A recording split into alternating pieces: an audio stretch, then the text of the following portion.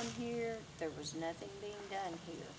But it was in 1959 that Cumberland Gap National Park was beginning to be established. Now, the Park Service had already acquired land back over on the Virginia side of the mountain, as well as here on the Kentucky side. And it was like Hensley settlement. It was just right here between this land that had already been acquired. So the Park Service wanted to join all of the land together. So they went to both states, Kentucky and Virginia. They got representatives from both states. These representatives, they got proposals written up. Now, these proposals were taken before the legislation, and they got them passed through the legislation. In turn, both states, Kentucky and Virginia, they purchased the 500 acres of land here on the mountain. Then they donated it to be part of the park. So actually, that's how Hensley Settlement got to be part of this park. By then, it was the late 1960s. With it laying dormant for so many years, it was almost in total ruin. So the Park Service brought in the Job Corps. So folks, what you're going to see today is not the originals. They're all reproductions. But this settlement is on the historical register, so therefore what you're going to see is historically correct, but it is not the original. I will tell you that today there's only between 60 and 80 acres of the land that's cleared. Not all 500 acres is cleared. If you remember me pointing out the private cabin down the way, at the peak time when everyone lived here, the land was cleared all the way back to that cabin. Not a lot of families lived out in that area, but basically they did plant the fields and crops, but they had all 500 acres cleared. You may have thought that was the worst road you've ever been on in your life. Well, folks, I want to tell you that road didn't even exist when these people lived here on this mountain. They had two trails they used.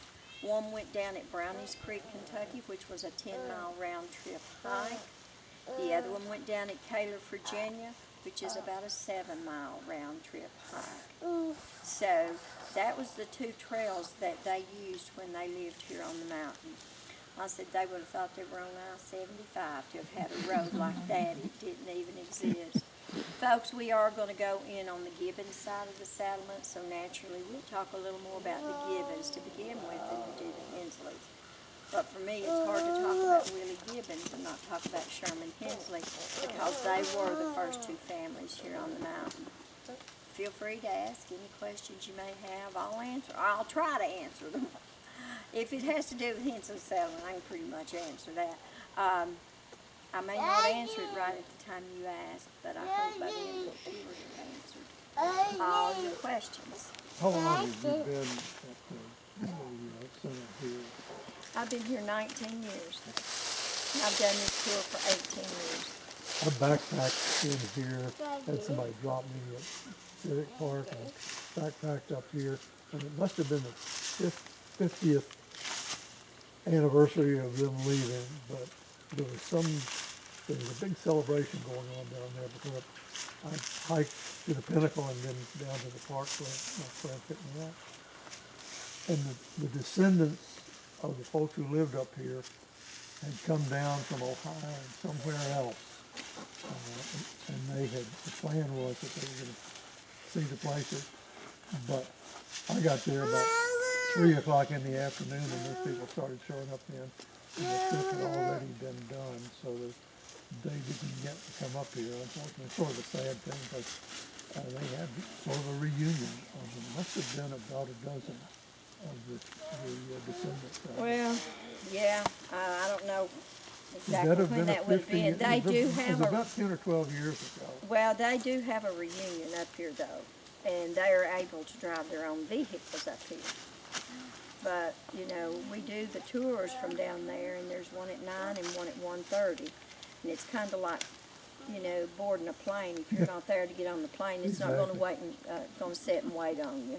I mean, you know, and that's, I don't mean to be harsh about that, but we've got a time frame, you know, and so that may have been they were just too late getting there or something. I think what they did was they made arrangements for them to stay in the military so they could go the next day. Oh, really?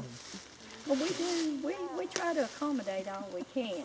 We sure do. Are there not none of these buildings or anything are original, none of them? None of them are the Even the original.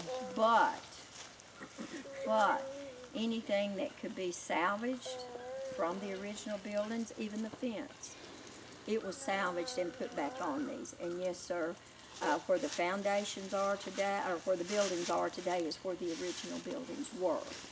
Anything, you know, the foundation on up, anything that could be salvaged was, yes. Anything else? What were the crops? I'm gonna tell you about that right here in about 2 minutes. Okay, I'll Just wait. soon as we get right in the settlement there. Build us a school.